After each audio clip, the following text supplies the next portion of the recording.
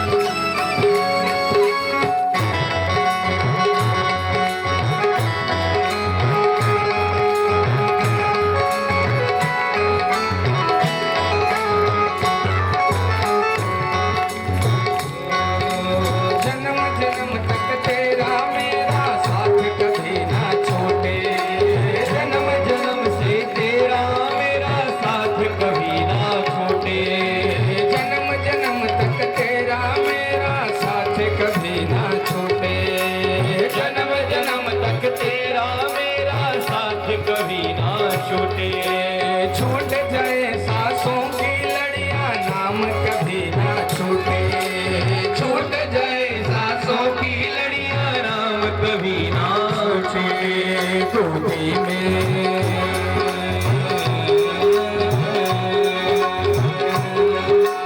गोदी में इस दास को बिठाए रखना, गोदी में इस दास को बिठाए रखना, मरते दम तक सेवा से लगाए रखना, मरते दम तक सेवा से लगाए रखना।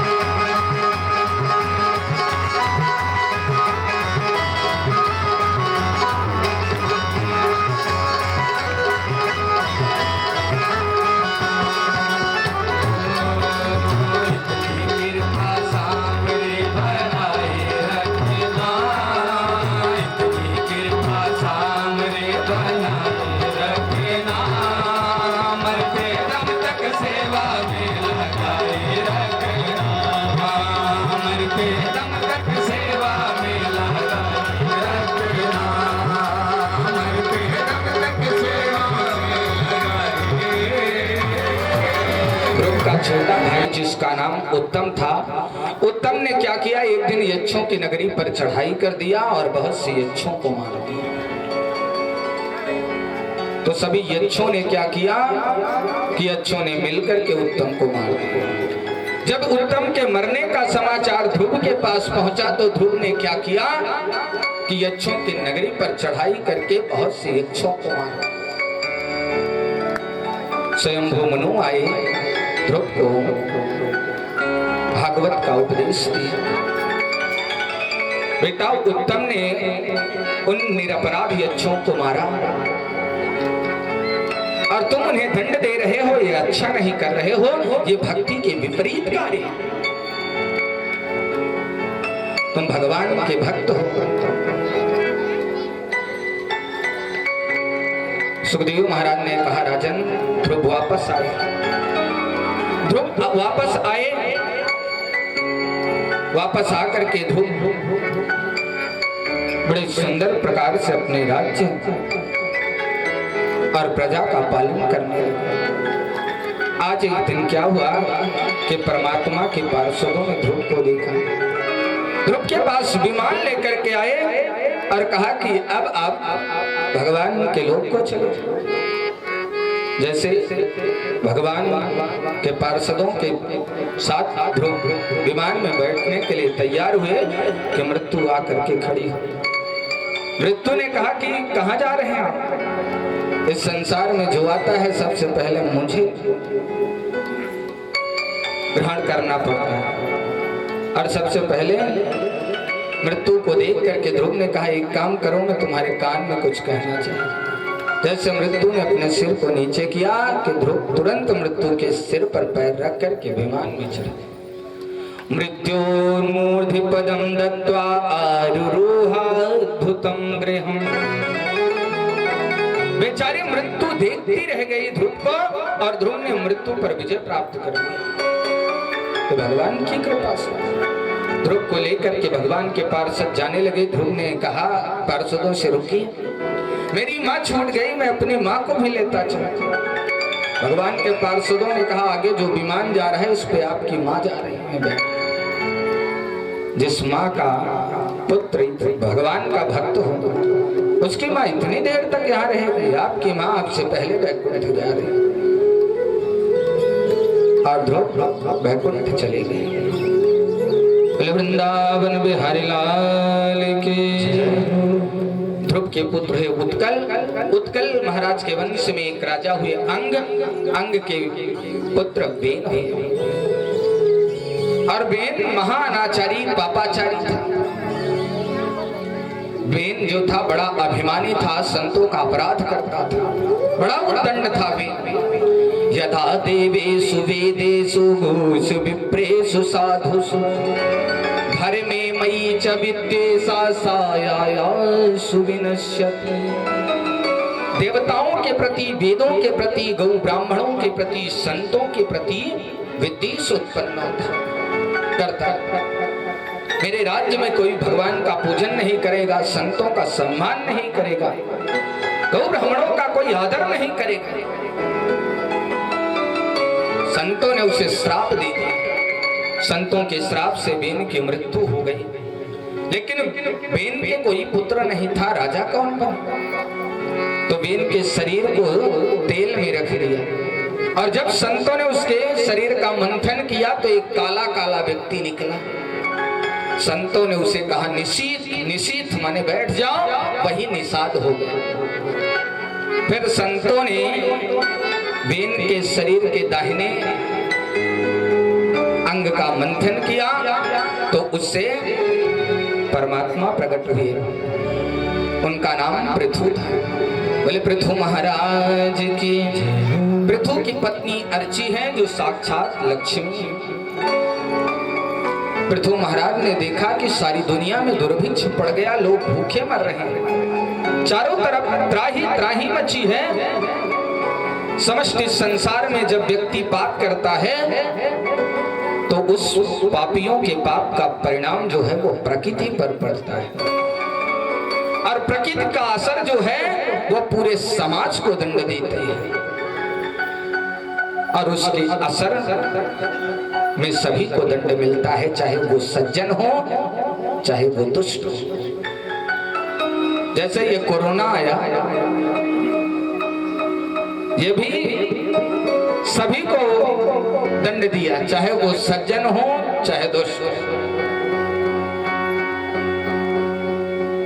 पृथु के पिता वेद ने इतना पाप कर्म किया कि उसका प्रकृति पर इतना असर हुआ कि जमीन में जितना भी बोते थे उतना अन्न भी नहीं। पृथु के मन में एक दिन बड़ा उद्वेग हुआ। पृथ्वी को क्रोध आया और पृथ्वी को मारने के लिए दौड़े। और जब पृथ्वी को मारने के लिए दौड़े तो पृथ्वी गाय का रूप धारण करके खड़ी हो। और हमारे शास्त्र कहते हैं कि गाय को कभी मत मारो। गाय अविद्या है, गाय सबके लिए वंदनीय है, उसका पूजन करना चाहिए। गाय जब पृथ्वी के रूप में आई, पृथु रुक गए। महाराज आप मुझे मार देंगे, पृथु खड़े हो गए। लेकिन आज क्या हो रहा है कि जिसके यहाँ भी गाय थी, इतनी गाय देखिए चारों तरफ टहल रहे हैं। कभी आप जब बाहर जाइए देखिए हाईवे इत्यादि पर रोड पे कितनी गाय मरी पड़ी रहती है। जिसके यहाँ है जब तक गाय लगती है तब तक तो बांधते हैं, नहीं तो खोल करके छोड़ दो। बहुत हो रहा है, यहाँ आसपास भी बहुत है। शाम को निकलिए देखिए तो रोड पर यही। इसका पाप किससे लगेगा? जो छोड़ेगा उससे लगेगा। सारी प्रजा आज दुखी है, इसका मूल कारण है कि लोग कर्म नहीं करते। और जब तक कर्म नहीं करेंगे फल मिलेगा। कर्मणा जायते जंतु कर्मणैव विलीयते। जीव का जन्म कर्म से होता है और मृत्यु भी कर्म से ही होती है। सुख और दुख उसे जो कुछ भी मिलता है वो कर्मों से मिलता है, इसलिए केवल कर्म करो। पृथु ने क्या किया?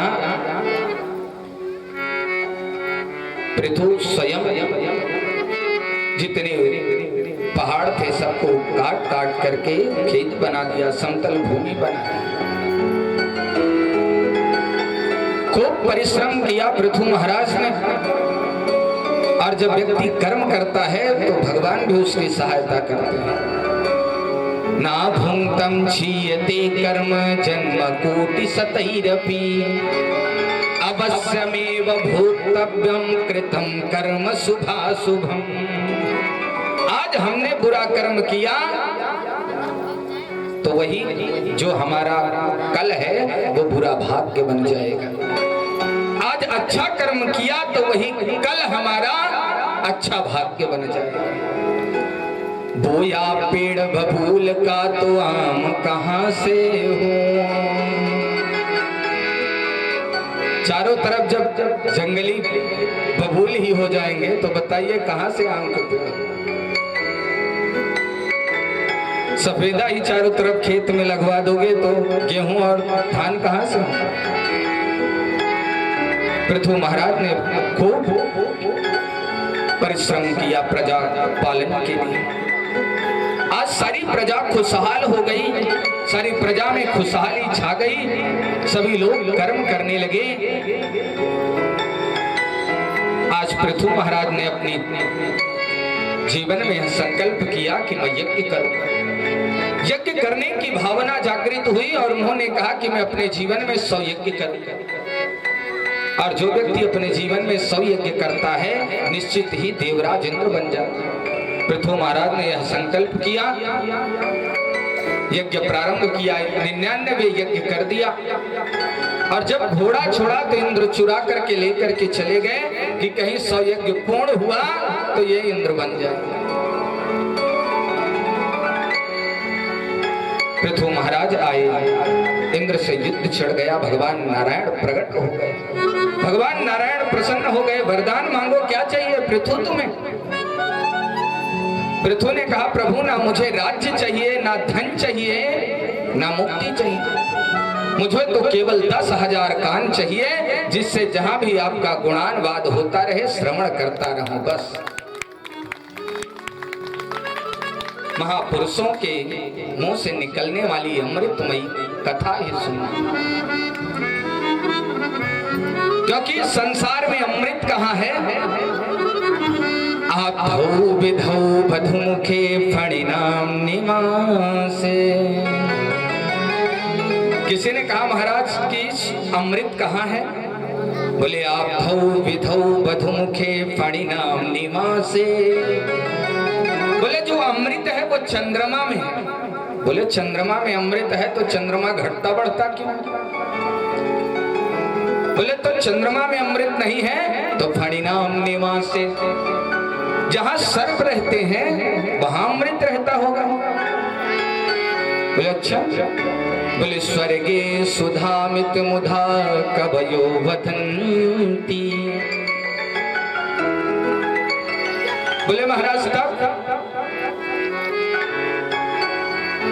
बोले कि चंद्रमा में अमृत है तो घटता बढ़ता है, सर्पों के पास है तो सर्प लोगों को देख करके भागता क्यों? बोले महाराज तब अमृत कहाँ है? बोले छारा छायात पतिमृति पतनात् भयाच। बोले पत्नी के अधरोष्ट में अमृत है। बोले महाराज पत्नी के अधरोष्ट में यदि अमृत है तो पति मरता क्यों? बोले तब अमृत कहाँ है? बोले कंठे सुधा वसति वही भगवत जनानाम। अमृत इस संसार में कहीं भी नहीं है, केवल जो भगवान के भक्त हैं, भगवान का गुणानवाद करते हैं, उनके कंठ में अमृत है। कंठे सुधा वसति वही भगवत जनानाम। जो भगवान का कीर्तन करते हैं, भजन करते हैं, उनके कंठ में अमृत रहता है।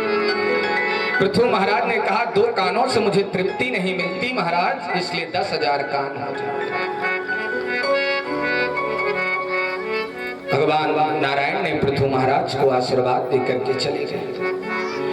पृथु महाराज आज बड़े प्रसन्न हैं। पृथु महाराज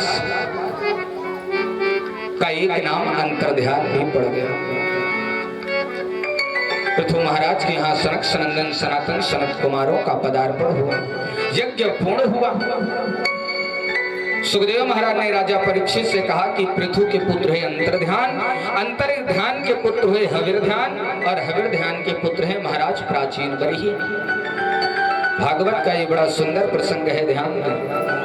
हविर्ध्यान के बेटा प्राचीन बरही ने अपने जीवन में बहुत सा यज्ञ किए, लेकिन यज्ञ किया तो इतिहास पुराणानि वेद शास्त्र विधि बिना। जितना भी यज्ञ किया वो शास्त्र सम्मत नहीं। यज्ञ तो करते, लेकिन यज्ञ के अंत में क्या करते कि पशुओं की बलि देते। एक दिन नारद जी आए। नारद जी ने कहा राजन आप ये क्या कर रहे हैं? जितना आप पूर्ण करते हैं उससे कहीं जाता आप पाप कर देते हैं। आप आकाश में देखिए, आपने जितने पशुओं की बलि दी है सब नीचे सिर करके देख रहे हैं। ये राजा मरे ऊपर आए तब इससे बदला लिया जाए। अरे राजन आप जितना पूर्ण करते हैं उससे कहीं ज्यादा पाप करते हैं, आप पापी हैं। राजा प्राचीन बरही चरणों में गिर पड़ा, महाराज मुझे क्षमा कर, अब मैं क्या करूं? नारद जी ने राजा प्राचीन बरही को एक सुंदर कथा सुनाई कि राजन श्रीमद् भागवत का एक प्रसंग है जिसका नाम पुरंजनोपाख्यान है। संत नारद ने कहा पुरंजन नाम का एक राजा है और उसका एक सखा है जिसका नाम है अभिज्ञा।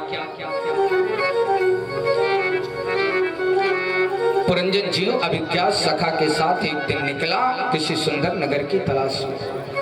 उसे कोई नगर पसंद नहीं आता और जब वह हिमालय के दक्षिण दिशा में निकला तो नवद्वार का एक महल देखा और गीता में लिखा है नवद्वारी पुरे देहि।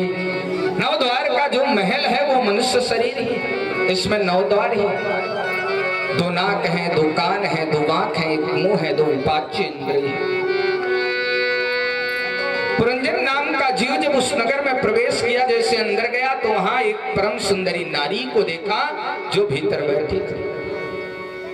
उससे पूछा कि आप कौन हो? उस नारी ने कहा मेरा परिचय क्या है मैं जानती ही, लेकिन आप मुझे जैसे अपने साथ रखेंगे मैं आपका सहयोग करूंगी। उसने कहा तो ठीक है, मैं तुम्हारा नाम पुरंजनी रखता हूं। और उस नारी को कहते हैं बुद्धि। पुरंजन के शरीर की स्वामिनी जो है वो बुद्धि बन गई, लेकिन वो अकेली नहीं, उसकी 10 सहेलियां हैं, 5 ज्ञानेंद्रियां, 5 कर्म।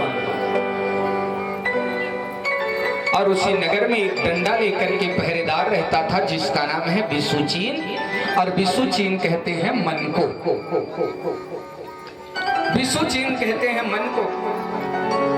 अब वह बुद्धि रूपी पुरंजनी जो है, पुरंजन से तो विवाह कर, लेकिन वो जब खाती तो वो खाता, वो रोती तो वो रोता, वो सोती तो वो सोता, और वो हंसती तो वो हंसता। पूरा वह जीव जो है उसके बस में हो गया। नगर में वास कर रहा था। जब सभी लोग सो जाते हैं तो उस नगर में 5 द्वार थे, और उस नगर के में 5 फण वाला एक सर्प बैठा रहता। वो कभी सोता नहीं, उसे पंच प्राण कहते हैं, प्राण अपान उदान समान व्यान। जब रात्रि में हम सो जाते हैं हमारी इंद्रियां भी सो जाती हैं, लेकिन प्राणी वो कभी नहीं सोता। वो पंच प्राण जो है वो हरदम जगता रहता, क्योंकि वो सो गया तो लोग कहते हैं कि भैया अब इसे हटाओ जल्दी, नहीं दुर्गंध आने लगी। और उसी नगर के सामने एक रहता था जिसका नाम है राजा चंडवेद, और चंडवेद कहते हैं काल। और इसकी पूरी सेना है 720 गंधर्व और गंधर्वी। 360 रात 360 रात्रियां जो हैं ये गंधर्व और गंधर्वी हैं। ये बाहर खड़ी हैं कि कैसे भी मौका मिले कि मैं इस पे चढ़ाई कर। लेकिन वो पंच प्राण जो है वो हर समय लड़ता रहता, मैं इस नगर को लूटने नहीं दूंगा है। बुढ़ापा चंडवेद ने कहा बड़ी विचित्र। तो उसने क्या किया कि अपनी पुत्री जरा को भेज दिया बुढ़ापे को कि जाओ इस महल में प्रवेश कर, और प्रवेश करके इसे कमजोर दो। बुढ़ापा कभी शरीर में आ जाता है किसी को पता नहीं चलता। जरा आ गई शरीर में, इसे कमजोर बनाने लगी।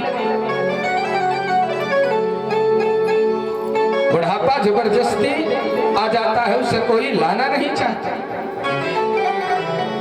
बुढ़ापा आया कि पहली घंटी बजी कि बाल सफेद हो गए। ये हुआ कि अब भजन करो, लेकिन लोग कहते हैं अभी भजन नहीं करूंगा, सुगंधित तेल लगाऊंगा, काली ढाई लगाऊंगा, लेकिन अब भी मैं भजन नहीं करूंगा।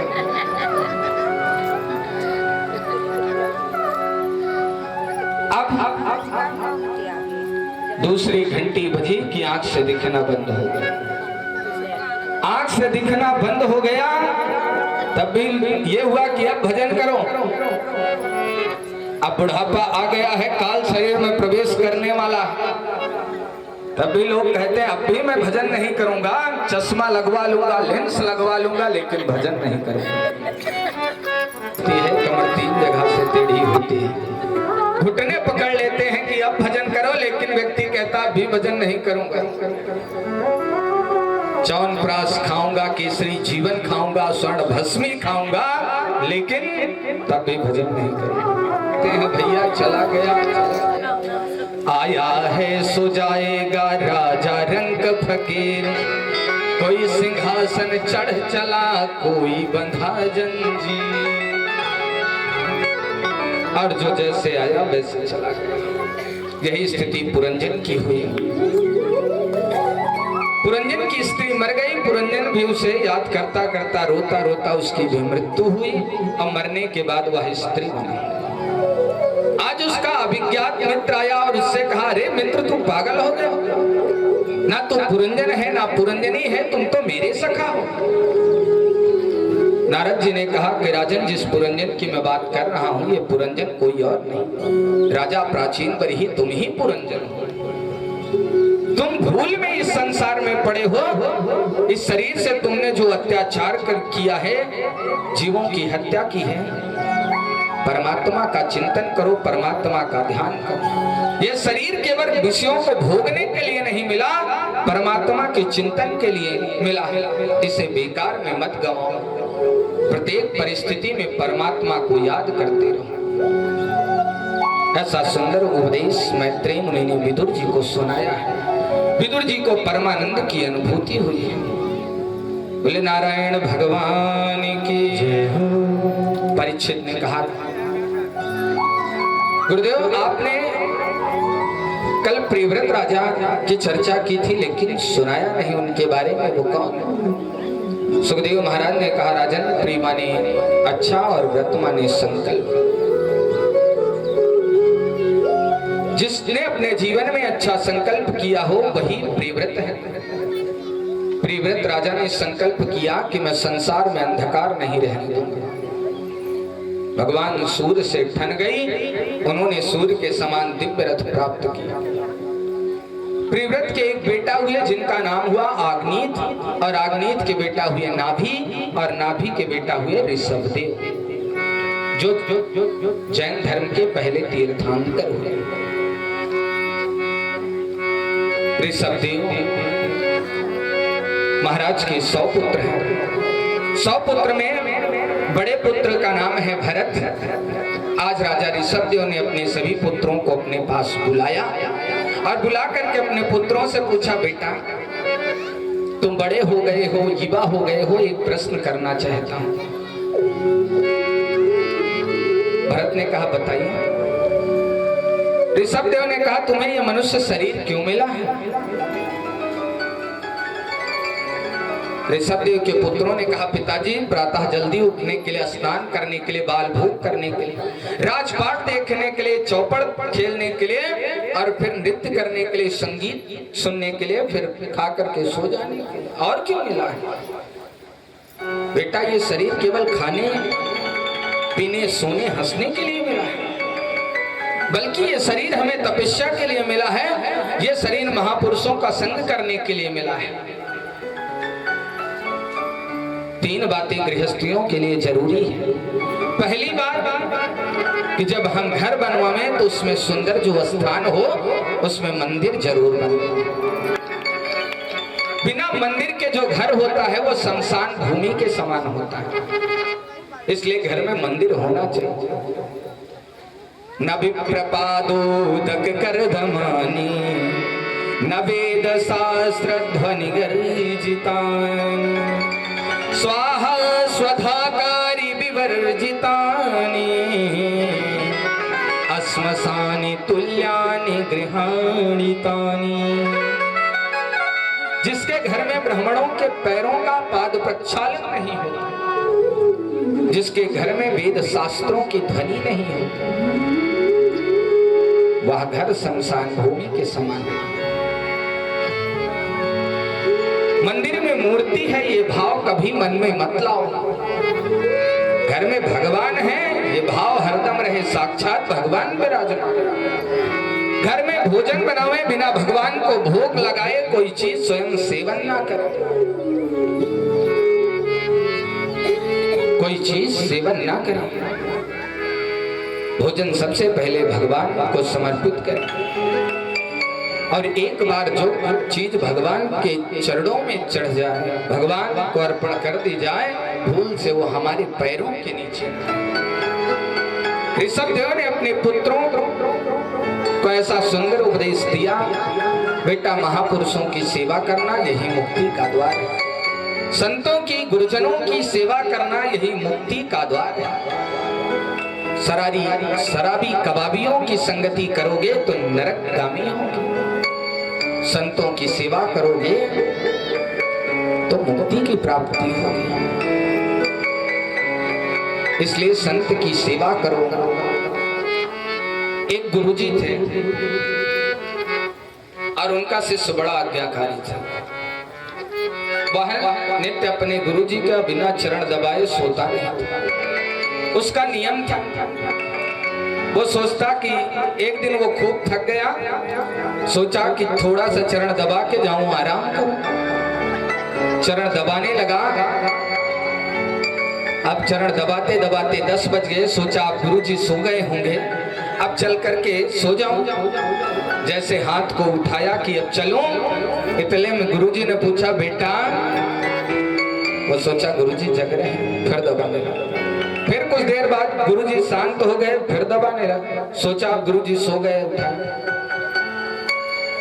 बोला, गुरुजी ने कहा, बेटा तुम कितने भाई हो? उसने कहा, गुरुजी मैं 3 भाई हूं। फिर सोचा गुरुजी अभी जगे, फिर दबाने लगा। 1 घंटे के बाद फिर सोचा गुरुजी सो गए, हाथ को हटाया, सोचा अब सो गए, अब जाऊं सो। इतने में गुरुजी ने कहा, बेटा तुमने बताया नहीं कि कितने भाई हो? उसने कहा, गुरुजी मैं 2 भाई हूं। कहा, अभी तो तुमने बताया कि मैं 3 भाई हूं, अभी कह रहे हो 2 भाई हैं। कहा, गुरुजी 1 भाई तो आपकी सेवा करते करते पधार गया, 2 ही तो बच्चे हैं। तो ऐसे संत ऐसे गुरु ना हो कि शिष्य के कष्ट को ना समझ पाए। हरहि शिष्य धन शोक न हरहि, असो गुरु घोर नरक मोह परई। जो गुरु अपने शिष्य के कष्ट को समझता नहीं, केवल उनसे धन हरण करता है, वह नरकगामी होता है। इसलिए ऐसा संत को ऐसा नहीं होना चाहिए। बेटा संतों की सेवा करो, वो मुक्ति के मार्ग प्रशस्त करें। ऋषभ देव ने अपने पुत्रों को सुंदर उपदेश दिया, उनके सभी 89 पुत्र विरक्त हो गए। ऋषभ देव महाराज वन में जाकर के भजन करने लगे। आज उनके बड़े पुत्र भरत राजा बन गए, लेकिन उनका मन भजन में नहीं लगता। आज भरत महाराज के पुत्र हुए सुमति, और सुमति को राजा बना करके भरत महाराज भी तपश्चर्या के लिए चले। तपश्चर्या के लिए आए हैं। गंडकी नदी के किनारे बैठ करके भगवान का भजन कर। आज सुबह गंडकी नदी में स्नान करने के लिए गए, और जैसे स्नान कर रहे थे कि देख रहे हैं कि नदी के उस पार एक हिरणी जो है वो जल पी रही, गर्भवती है। और इतनी में बड़ी तेजी की सिंह की गर्जना सुनी। वो हिरणी डर से सोची कि मैं छलांग लगा करके नदी पार कर जाऊं, और जैसे छलांग लगाई कि नदी में ही उसका प्रसव हो गया, और उस हिरणी का प्राणांत हो गया, और उसका छोटा सा जो शावक था वह जल में बहने लगा। भरत महाराज ने उसे बाहर निकाल करके अपने आश्रम पर ले आए। उसकी सेवा की। अब वह बड़ा हो गया मृग शावक। अब वह थोड़ा भी इधर उधर चलता जाता तो ध्रुव महाराज प्रहलाद भरत महाराज क्या करते कि माला रख करके और दौड़ पड़ते कि कहाँ गया वो, कहीं कोई हिंसक जंतु से खाना ले, तुरंत दौड़ने लगे।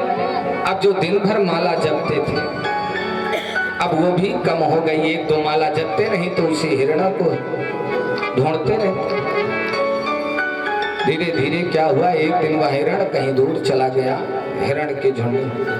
भरत महाराज खूब ढूंढे, जब नहीं मिला वापस आए, बड़े चिंतित बैठे थे कि उनका प्राण।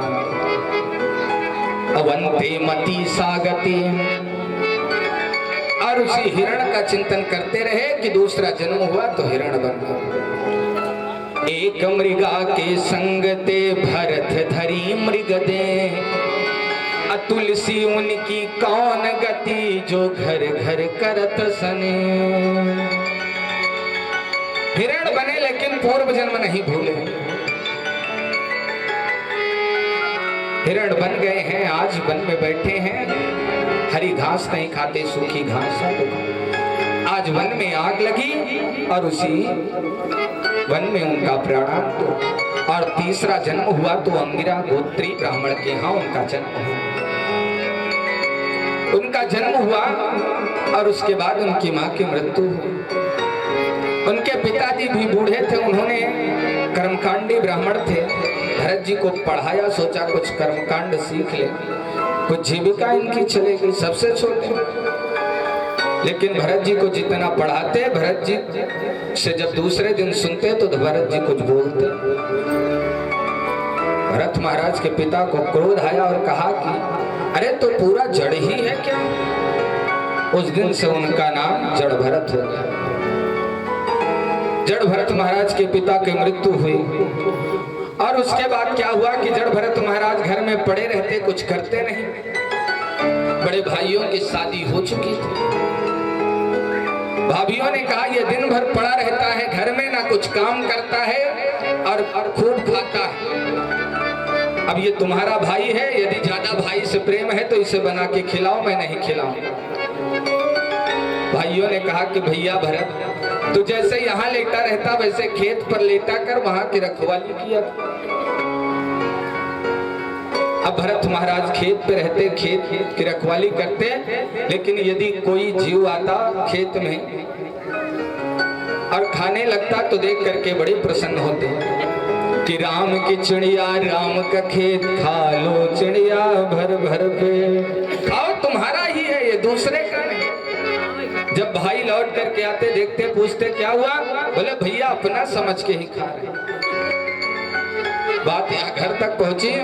जड़ भरत महाराज की भाभियों ने कहा एक काम करो, वो दिन भर वहां पड़ा रहता, उसके लिए मैं 20 रोटी देखती हूँ, खा के सोता है, कोई काम नहीं करता, आज से उसका भोजन बंद। और ज्यादा भाई से प्रेम है, भाई का प्रेम दिखाओगे तो आप लोगों का भी भोजन। भाइयों ने कहा भैया जड़ भरत अब तू अपनी व्यवस्था कहीं। जड़ भरत महाराज वहां से निकल पड़े। जड़ भरत महाराज वहां से आगे निकले कि उधर क्या था कि एक डकैतों का सरदार था। डकैतों का सरदार था, उसने भद्रकाली मैया से प्रार्थना की कि भद्रकाली मैया यदि मुझे पुत्र होगा तो मैं आपको नरबलि दूंगा।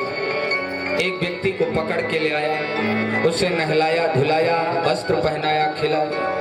बलि का समय आया बलि देने का तो वह भाग गया। अब सैनिक उसे ढूंढने लगे, वो नहीं मिला। जड़ भरत महाराज सामने से दिखाई दिए, सैनिकों ने उन्हें पकड़ करके ले गए।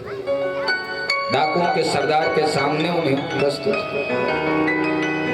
तैयार किया, नहलाया धुलाया, खिलाया। 56 प्रकार के भोजन आए। जड़ भरत महाराज देख करके प्रसन्न हो रहे हैं, प्रभु आज आपकी कैसी कृपा कि बिना कुछ किए 56 प्रकार के भोजन आ रहे हैं। भोजन खाए, वस्त्र पहनाए गए, भद्रकाली मैया के सामने ले, सिर को नीचे झुकाया गया, तलवार पूजन किया, जड़ भरत महाराज का पूजन किया। और जैसे डकैतों के सरदार ने तलवार उठाया, तब भी जड़ भरत महाराज पूछ नहीं रहे कि मुझे क्यों लाए हो, कौन हो, क्या कर रहे हो। और जैसे तलवार उठा के मारने के लिए तैयार हुए कि ब्रह्मा तेज से दग्ध हो काली अति अकुलान, रूप भयंकर देख कर बारंबार उठा, ले खड्ग दस्यु के हाथों से सिर उसका तुरंत उड़ाया है, सारे दुष्टों को मार दिया, काली ने रंग दिखाया है। ब्राह्मण के तेज से भद्रकाली मैया मूर्ति फाड़ करके बाहर आ, सहसो चचाट शैव देवी भद्रकाली। भद्रकाली मैया मूर्ति फाड़ करके बाहर आई और डाकुओं के सरदार से के हाथ से तलवार लेकर के सभी डाकुओं को मार दिया। जड़ भरत महाराज वहां से भद्रकाली मैया को प्रणाम करके आगे चले। बोले भद्रकाली मैया की। आइए हम सभी लोग चंडिका अंबिका मैया के चरणों में प्रणाम करें। बोले चंडिका मैया की जय हो। तेरी छाया में तेरे चरणों में मगन हो बैठूं, तेरे भक्तों में तेरे दरबार में मैया खुशी मिलती है।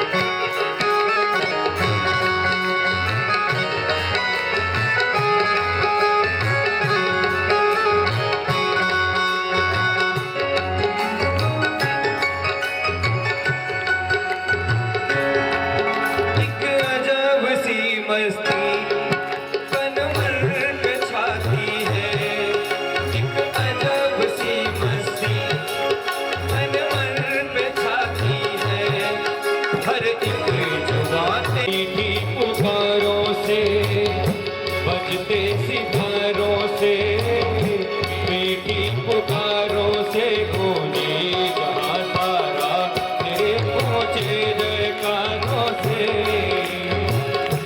मस्ती में झूमे तेरा दिल झूमे, मस्ती में झूमे तेरा दिल झूमे, तेरे चारों तरफ दुनिया ये घूमे। ऐसी मस्ती भी भला क्या कहीं मिलती है, ऐसी मस्ती भी भला क्या कहीं मिलती है। तेरे दरबार में मैया खुशी मिलती है, तेरे दरबार में।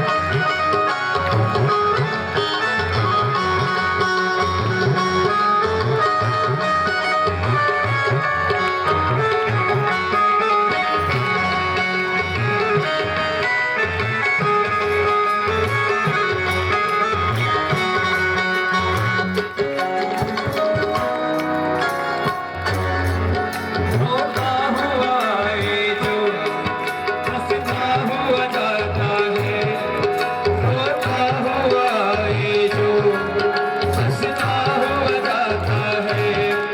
मन की बातों को वो पाता हुआ जाता है। किस्मत के मारों को, रोगी बीमारों को, किस्मत के मारों को, रोगी बीमारों को कर दे भला चंगा। मेरी माँ अपने दुलारों को पाप कट जाए, चरण छूने से महकती है माँ धोने से। फिर तो माँ ऐसी कभी क्या कहीं मिलती है, फिर तो माँ ऐसी कभी क्या कहीं मिलती है। तेरे दरबार में मैया खुशी मिलती है।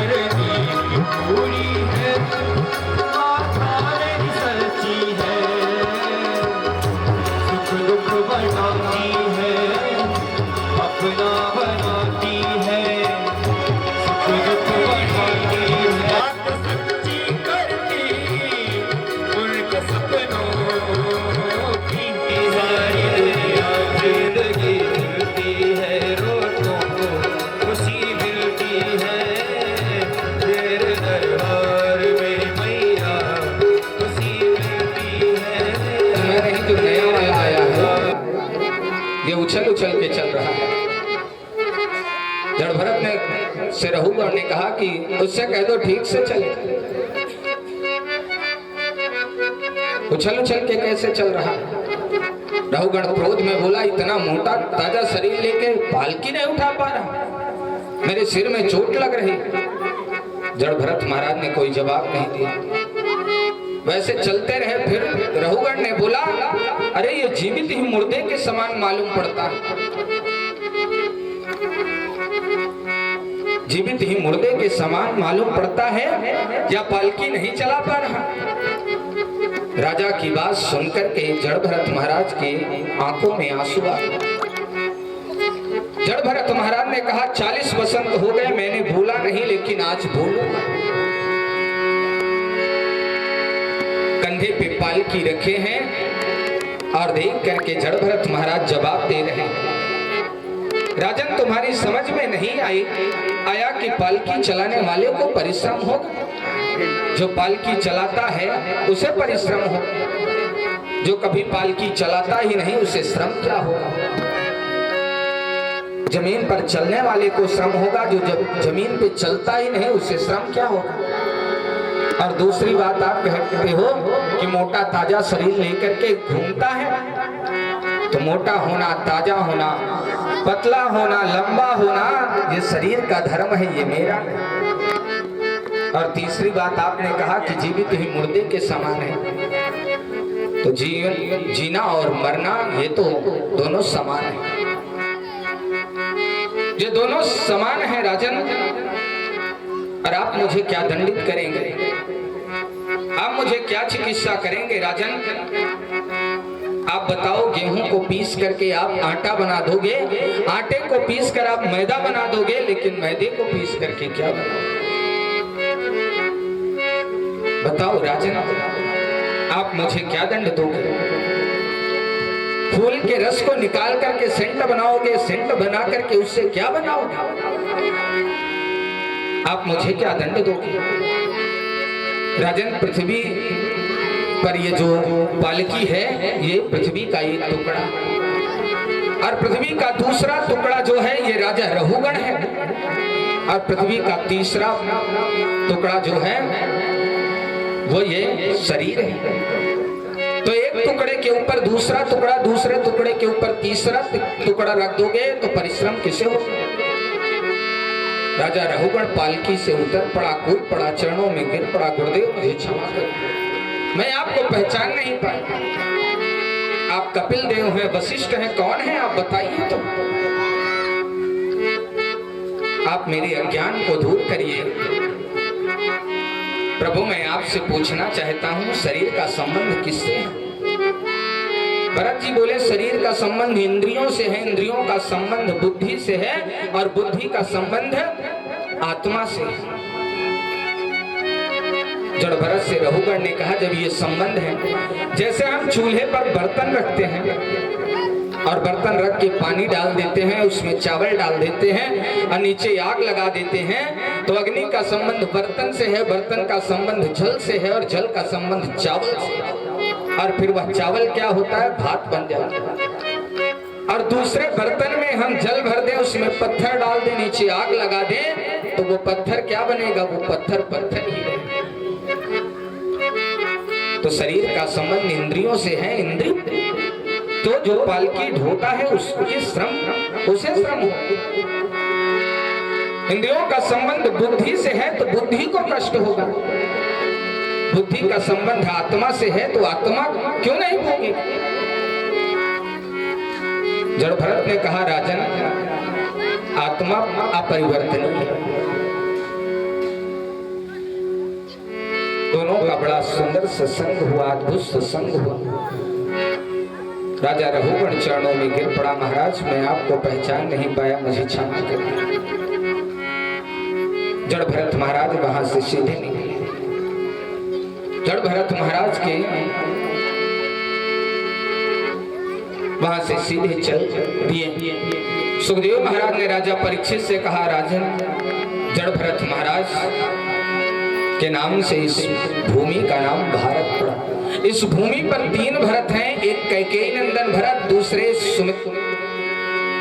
दूसरे दुष्यंत नंदन भरत और तीसरे जो हैं ये जड़ भरत, एक भक्ति योगी हैं, एक कर्म योगी हैं और एक ज्ञान योगी है। इससे इस भूमि का नाम भारत पड़ा। सुखदेव महाराज ने कहा, राजन वैसे तो हमारी इस पृथ्वी पर 7 द्वीप हैं और 7 द्वीपों में एक श्रेष्ठ द्वीप है जिसका नाम जम्बू द्वीप है। और जम्बू द्वीप में 9 प्रकार के वर्ष हैं। 9 वर्षों में एक श्रेष्ठ वर्ष है जिसका नाम भारतवर्ष है। देवता भी तरसते हैं भारत में जन्म लेने के लिए। हमें मनुष्य शरीर मिला है भारत में, इससे सुख की बात क्या है। भारत से श्रेष्ठ कोई भूमि नहीं है। भगवान भी चाहते तो अमेरिका, लंदन, इंग्लैंड में भी जन्म ले सकते थे, लेकिन भारत की भूमि जो है ये कर्म भूमि है, कर्म प्रधान है। जैसा करोगे वैसा ही फल पाओगे। परीक्षित ने कहा, महाराज लेकिन ये नरक क्या होता है, मैं जानना चाहता। सुखदेव महाराज ने कहा, राजन हमारी भूमि से दक्षिण दिशा में 99,000 योजन की दूरी पर 28 प्रकार के नरक हैं। और जो व्यक्ति पाप करता है यमराज उसके गले में रस्सी डाल करके ले जाते हैं। जो व्यक्ति झूठी गवाही देता है, किसी को धोखा देता है, वो तामिश्र नामक नरक में जाता है। जो व्यक्ति पराये व्यक्ति के धन को हड़पता है वह व्यक्ति अंधता मिश्र नामक नरक में जाता है। और जो व्यक्ति किसी से घृणा करता है वो रौरव नामक नरक में जाता है। और जो व्यक्ति हिंसा करता है कुंभीपाक नरक में जाता है। राजा ने कहा, गुरुदेव ये कुंभीपाक क्या है? सुखदेव महाराज ने कहा, राजन बड़ी बड़ी भट्टी होती है, कड़ाही होती है, हजारों मन तेल उबलता रहता है और उसी में ले जा करके उस पापी व्यक्ति को डाल दिया जाता है। और वह अपने जन्मों माने किए हुए पाप को याद करके तड़पता है, चिल्लाता है, लेकिन उसकी कोई नहीं सुनता, उसकी कोई सुनता नहीं। जो पशु पक्षियों को मारता है, उन्हें खाता है, वह कुंभीपाक नरक में जाता है। हिंसा की वृत्ति को छोड़ दीजिए। राजा परीक्षित ने कहा, गुरुदेव लेकिन जो हमसे अनजाने में पाप होता है उससे बचने के लिए क्या करें? झाड़ू लगाते हैं, चींटी मरती है, सांस लेते हैं, सांस के माध्यम से जीव। भोजन बनाते हैं, लकड़ी में जीव मर जाते हैं। सुखदेव महाराज ने कहा, राजन 5 प्रकार के यज्ञ व्यक्ति को करना चाहिए। नित्य गौग्रास निकालना चाहिए,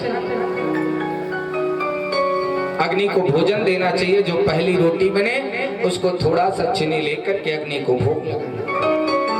नित्य चींटी को 10-5 ग्राम आटा रोज डालें।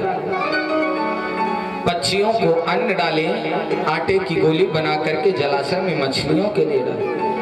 अतिथि सत्कार करें, घर में भिखारी आ जाए उसे कभी झूठा अन्न मत दीजिए। लेकिन यहाँ तो भोजन बना तो गोग्रास निकालने की दूर, भोजन बनने की तैयारी हो रही, पहले से ही कहते हैं पहली रोटी मेरे नाम की है। अब वो गोग्रास में दे कि उनके नाम की दे। सुखदेव महाराज ने कहा, राजन अनजाने में किए हुए पाप से बचने के लिए 5 proकार की यज्ञ करना चाहिए। जो व्यक्ति 5 प्रकार की यज्ञ करता है उसे पाप का दोष नहीं लगता, अनजाने में किया। और अनजाने में किए हुए पाप का प्रायश्चित है कि ज्यादा से ज्यादा कीर्तन करो, भजन करो, गोविंद के नाम का उच्चारण करो। आचार्य सुखदेव जी ने कहा कि राजन एक बार मन गोविंद के चरणों में लग जाएगा तो व्यक्ति स्वप्न में भी यमपुरी नहीं जाता है। कान्य कुब्जे ध्वजा कश्चिदासीपति रजा मिला, नामना नष्ट सदाचारो दस्या संसर्ग दूषिता। कन्नौज में कान्य कुब्ज परिवार में एक पंडित के साथ रहने लगे। आज उनके यहाँ 9 पुत्र हो गए। 10वीं बार उनकी पत्नी गर्भवती। कुछ संत श्रीधाम वृंदावन से अयोध्या जा रहे थे। रास्ते में कन्नौज पड़ा, रात्रि हो गई तो लोगों ने कहा कि आज यहीं पर रुके। जैसे कोई तिवारीपुर में आए, अब तिवारीपुर में आते ही पूछे कि भैया ये बताओ सबसे इस तिवारीपुर में धर्मात्मा परिवार कौन है? तो गांव का जो सबसे दुष्ट व्यक्ति है वो गांव के किनारे ही मिल जाए, तो वो क्या बताएगा? वो ये कभी नहीं कहेगा कि मेरे यहाँ ये धर्मात्मा है। ऐसे ही संत आ रहे थे कि रास्ते में गांव का जो सबसे दुष्ट व्यक्ति था वो खड़ा था। उससे संतों ने पूछा, भैया इस गांव के सबसे धर्मात्मा व्यक्ति कौन है? आज मैं वहीं रुकूं। उसने कहा, खूब जानकार बनते हैं, खूब यजमानों से लूट लूट के लाए हैं, आज ही इनको बताता हूं। कहा, महाराज हमारे यहाँ सबसे गांव में धर्मात्मा व्यक्ति अजामिल है। और अजामिल जो चोर था, डाकू था। अब संतों को क्या पता, संत आ गए, आवाज लगाई, अजामिल की पत्नी निकली, बताइए भाई। संतों ने कहा, बेटी वृंदावन से अयोध्या जा रहा था, रात्रि हो गई, आज भक्त अजामिल के यहाँ ही रुकना चाहता। उसने कहा, महाराज ये कोई भक्त अजामिल का घर नहीं, ये डाकू अजामिल का घर है। मेरी माँ ने कहा है कि सबसे झूठ बोलना, लेकिन ब्राह्मण से और संत से कभी झूठ मत। संतों ने कहा, बेटी आज का प्रसाद यहीं पालो, कल चला जाए। उसने कहा, महाराज मैं आपको अपने यहाँ का भोजन नहीं करवा सकता। संतों ने कहा, ठीक है, मुझे सूखा आटा दाल चावल दे दो, मैं बाहर पीपल के पेड़ के नीचे बना करके पालूंगा। दे दी, प्रसाद बनाई, पाई, सो गए। रात्र में 2 बजे अजामिल आया, अपने दरवाजे पे खड़ा हुआ, देखा पीपल के नीचे कुछ लोग सो रहे थे। पहुंच गया, हाथ में तलवार, मेरे घर के सामने कौन हो? सो संत खड़े हुए, भैया जा रहे थे, रास्ते में रात्रि हो गई, रुक गए। इतने में उसकी पत्नी ने आवाज लगाई, लौट आइए, मैंने रोका। आ गया, सुबह हुई, संत जाने लगे, अजामिल के घर आए। अजामिल से कहा कि आपके यहाँ का मैंने भोजन किया है, रात्रि विश्राम यहीं पर किया है, तो भोजन कराने के बाद दक्षिणा दी जाती है, आप मुझे दक्षिणा दीजिए, मैं जाऊं। अजामिल ने कहा, महाराज मैं घर पे नहीं था, मेरे ना रहने के बाद आप आए, आपको आटा दाल चावल दी, आप खाए पिए रुके, लेकिन जाते समय दक्षिणा मांग रहे। महाराज आप जाइए, नहीं तो अभी तक आपका खूब सम्मान हो गया, अब जो आप लोटा वोटा लिए ये भी रखवा लो। उसकी पत्नी ने कहा, क्यों ऐसे बोलते? संतों ने कहा, भैया मुझे दक्षिणा में पैसा नहीं चाहिए, केवल एक वचन दे दो बस। अजामिल ने कहा, मैं कोई वचन नहीं दूंगा महाराज, आप जाइए अपना काम करें। उसकी पत्नी ने कहा, संत हैं, एक वचन ही तो मांग रहे हैं। अजामिल ने कहा, बताइए। कहा, आपकी पत्नी 10वीं बार गर्भवती है, इसको जो पुत्र होगा उसका नाम केवल नारायण रख देना, बस और कुछ नहीं। संतों ने ये सोचा कि मैंने इसके घर का अन्न खाया है, इसलिए इसे कैसे भी तो थोड़ा बहुत भवसागर से पार करवा। अब चले गए, उसके यहाँ पुत्र हुआ नारायण। छोटा पुत्र था, खूब प्रेम करता, नारायण को अपने साथ रखता, नहलाता, खिलाता, सुलाता। आज वह मरणासन अवस्था में पड़ा। छोटा सा नारायण दूर खेल रहा था और इधर यमराज के दूत आ गए उसे ले जाने लगे। और जब वह सहनी हो गया, कोई नहीं दिखाई दिया तो अपने पुत्र को बोला, दूरे क्रीडन का सक्तम पुत्रम नारायण वयम प्लावितेन स्वरेणोच्चैरा जुहाव कुलेन्द्रियः। नारायण नारायण। इतने में भगवान के पार्षद दौड़ पड़े, चलो बचाओ, किसने मेरे प्रभु को बुलाया। भगवान के पार्षद आ गए, रस्सी निकाल करके गले से बाहर कर दिया। यम के दूतों ने कहा, अरे ये पापी है, मैं इसे नरक ले जाऊंगा। भगवान के पार्षदों ने कहा, इसने मेरे प्रभु को बुलाया है, इसलिए मैं अब इसे नरक नहीं ले जाऊंगा। यम के पार्षदों ने कहा, अरे अपने पुत्र को बुलाया। भगवान के पार्षदों ने कहा, अब कुछ नहीं, अब आप इसे ले नहीं जा सकते। युद्ध छिड़ गया। भगवान के पार्षदों ने यम के पार्षदों की खूब पिटाई की। यम के पार्षद गए और यमराज के पास दंड को फेंक दिया। कहा, आप कहते हैं संसार में सबसे बड़ा मैं हूं, आपसे बड़ा ये नारायण कौन है? यमराज ने अपने पार्षदों से कहा धीरे बोलो, ये नरक है और यहाँ नारायण कहोगे तो जितने पापी हैं सब वैकुंठ चले जाएंगे। मैं जब आंखें बंद के ध्यान करता हूँ वही मेरे प्रभु ही नारायण है। यम के पार्षदों ने कहा अच्छा ये बताइए आप, ऐसे ही लोग अपने पुत्र का नाम नारायण रखेंगे, कृष्ण रखेंगे, राम रखेंगे और मैं बार बार जाता रहूंगा, फिरता रहूंगा, तो आप मुझे ये बताइए कि किसको लाना है, किसे नहीं लाना है नरक। यमराज ने कहा सांकेत्यम परिहास्यम वास्तुभम हेलन में बबा वैकुंठ नाम ग्रहण मसे साधहरम विदु। कोई संकेत में भी भगवान की तरफ इशारा किया, हास परिहास में, लड़ाई झगड़े में भी भगवान का नाम लिया हो तो उसे यमपुरी मत। बोले अच्छा किसे लाना है? कहा जिह्वान भक्ति भगवद गुण नाम ध्येयम, जिसकी जीभ कभी भगवान के नाम को का उच्चारण किया है उसे। चेतस्मरत चरणारविंदम, जिसकी दृष्टि एक बार भगवान के चरणारविंद का दर्शन नहीं किया उसे लेकर। कृष्णाय नो नमत यच्छिरहि कदापि, बोले जिसका मस्तक एक बार भगवान के चरणों में ना झुका हो उसे ले। तानानयध्यमसतो कृत विष्णु कृत्यान, जो भागवत की कथा को सुनता है, कीर्तन करता है, भगवान नाम उच्चारण करता है, उसे कभी पकड़ करके मत लाना। अजामिल सोचा पुत्र का नाम भुलाया तो भव सागर से पार हो गया। सच्चे मन से यदि भगवान को बुलाऊंगा तो भगवान जरूर कल्याण करेंगे। सब कुछ छोड़ करके वैराग्य ले लिया, तपस्या के लिए चला गया। इसलिए परीक्षित, जिसका मन एक बार गोविंद के चरणों में लग जाता है स्वप्न में भी वह यमपुरी नहीं जाता है।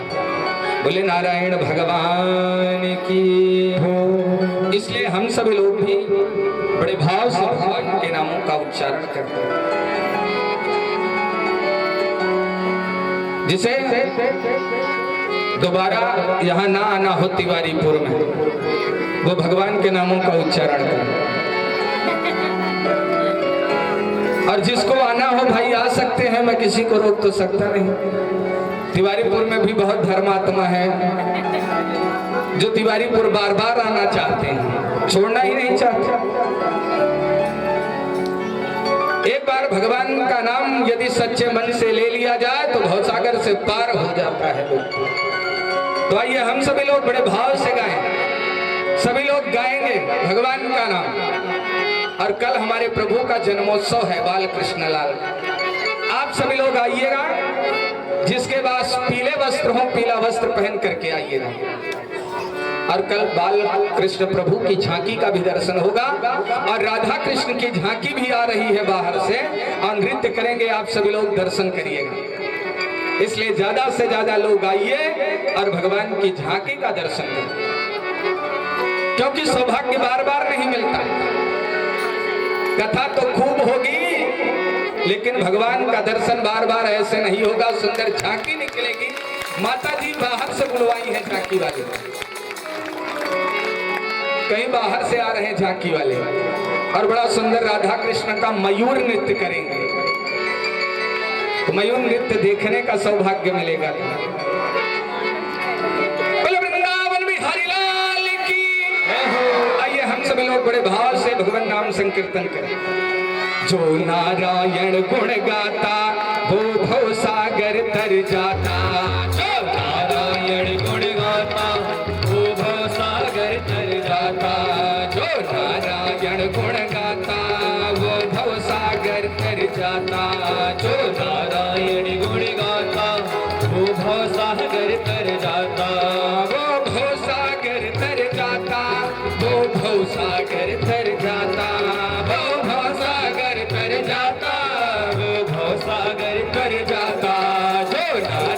गुण गाता वो भव सागर तर जाता। जो नारायण गुण गाता वो भव सागर तर जाता।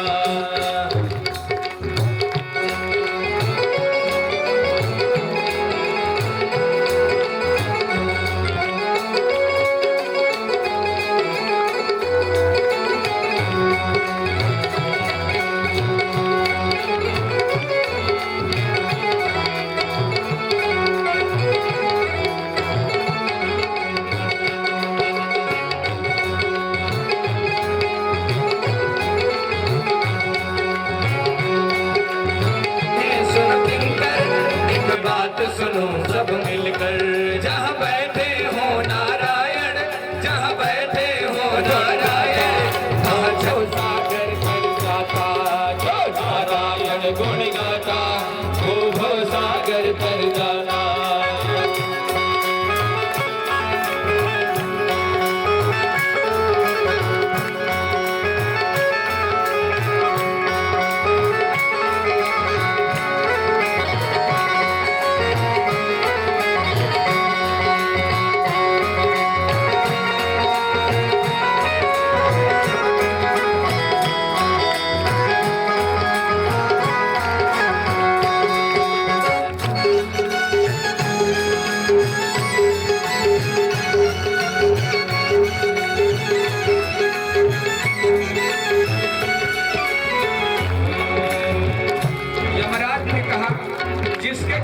तुलसी की माला हो और जिसके मस्तक पर चंदन लगा हो और जो भगवान के नामों का उच्चारण करता है, उससे मैं स्वयं डरता हूं, उससे मत लगना।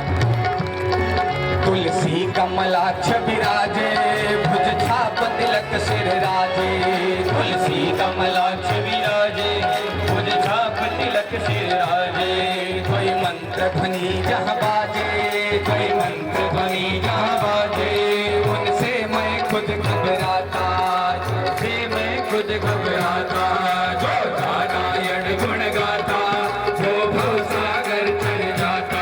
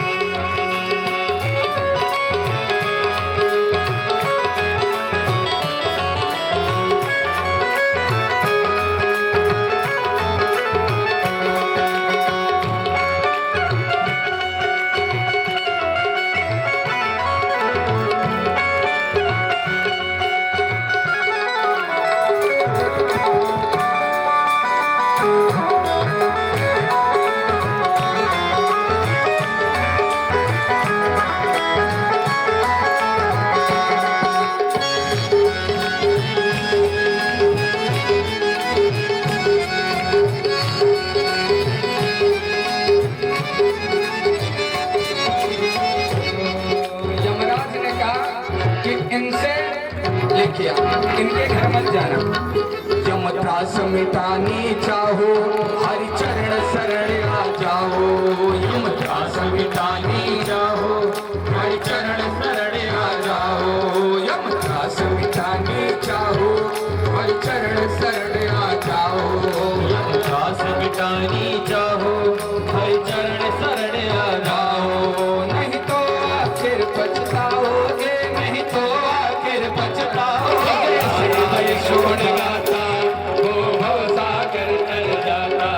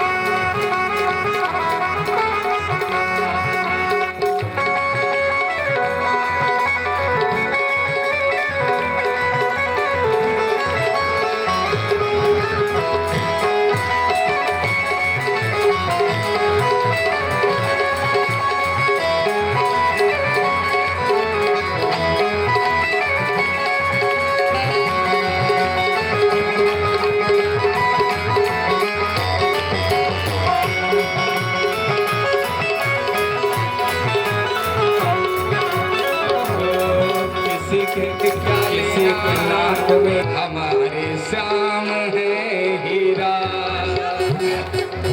जो नारायण गुण गाता, वो भव सागर तर जाता, जो नारायण गुण गाता, वो भव सागर तर जाता, वो भव सागर तर जाता, वो भव सागर तर जाता। भागवत महापुराण की, राधा रानी की, चंडिकांबिका मैया की जय जय श्री राधे श्याम। आज की कथा यहीं पर विश्राम। कल की कथा ठीक 2 बजे से प्रारंभ होगी। आप सभी भक्त थोड़ा जल्दी आने का प्रयास करें। आप सब कहते हैं कि महाराज जी देर तक कथा कहते हैं, लेकिन आप थोड़ा जल्दी आएंगे तो जल्दी कथा समाप्त होगी। तो आप सभी लोग अपने अपने स्थान पर खड़े हो जाइए और भागवत भगवान के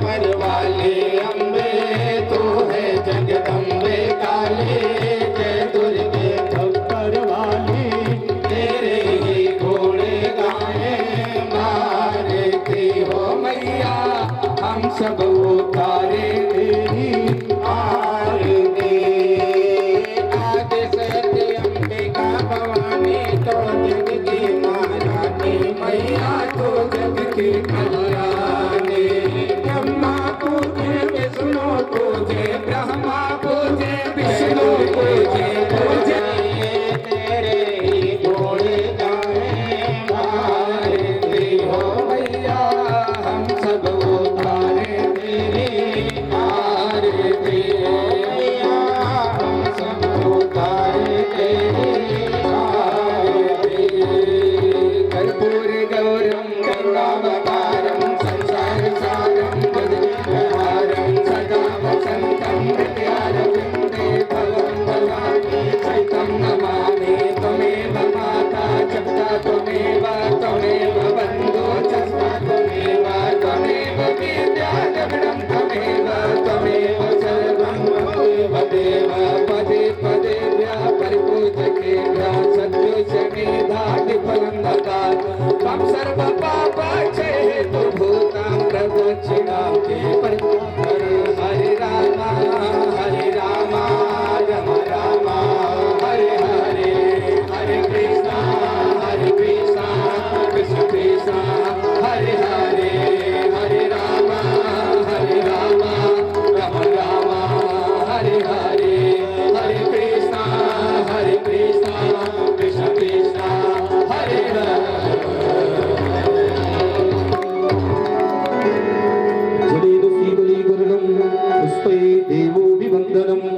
स्वात्माभिवंदनम आरतिक्य ग्रहणम मंत्र पुष्पांजलि ओम जगनेन जगन्मय अनंत देवास्तानि धर्माणि प्रगमान्य सन्नादेहनाम महिमाना सजन्तय प्रपूर्वे साध्याः शान्तिदेवाः श्रीमन्ति कामकुलचम्पटवाटलाक्षै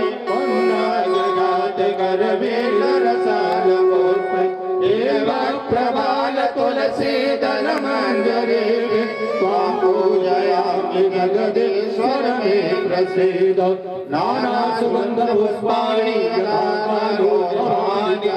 पुष्पांजलिर्मया दत्त ग्रहणोपमेश्वर पुष्पांजलिं समर्पयामि। बोलिए यज्ञ पुरुष भगवान की, श्रीमद् भागवत महापुराण की, श्री सुखदेव भगवान की, व्यास भगवान की, परम सुदेश व्यासदेव जी महाराज की, धर्म की अधर्म का प्राणियों में विश्व का गौ माता की सत्य सनातन धर्म की धर्म सम्राट श्री स्वामी गुरुपात्री जी महाराज की हर हर महादेव जय जय श्री राधे श्याम। सर्वे भवन्तु सुखिनः सर्वे सन्तु निरामयाः सर्वे भद्राणि पश्यन्तु मा कश्चित् दुःखभाग् भवतु। हरि ओम। आप सभी भक्तों से निवेदन है हाँ, सभी अपने स्थान पर बैठ जाएं। सभी भक्तगण ध्यान दें, जो आप लोग खड़े हैं कृपा करके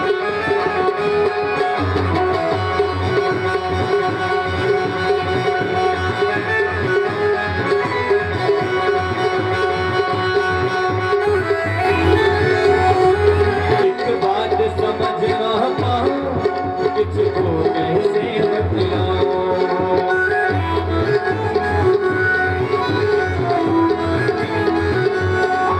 अपनी मेरी जब तो ये देखो खुद से भी मैं शर्माऊं।